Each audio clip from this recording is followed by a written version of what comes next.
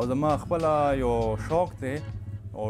ډېر شوق مې دا به درته ووایم چې ډېر شوق مې دی کله کله د پټو وځم او ټلیفونو کې چېرته یې یاره لایبررۍ کې یم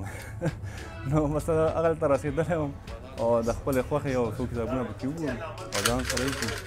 او اکثره کله کله رانه لیټ هم شي حاجي صاحب غوسه وي چې یاره تا خو لیټ کړو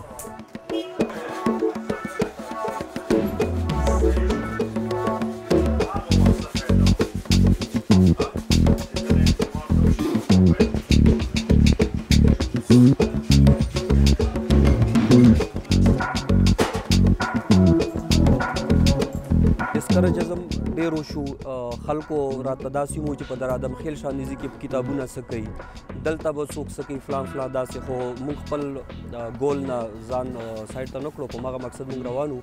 2018 کې باقاعده د لایبررۍ بنیاد موږ خپل مدداب تحت باندې کېښول ما خپله ورته په کرایې باندې ځای ونیول د درې بازار کې بالکل د اصلي ډېر د پاسه موږ کتابونه سجاو کړل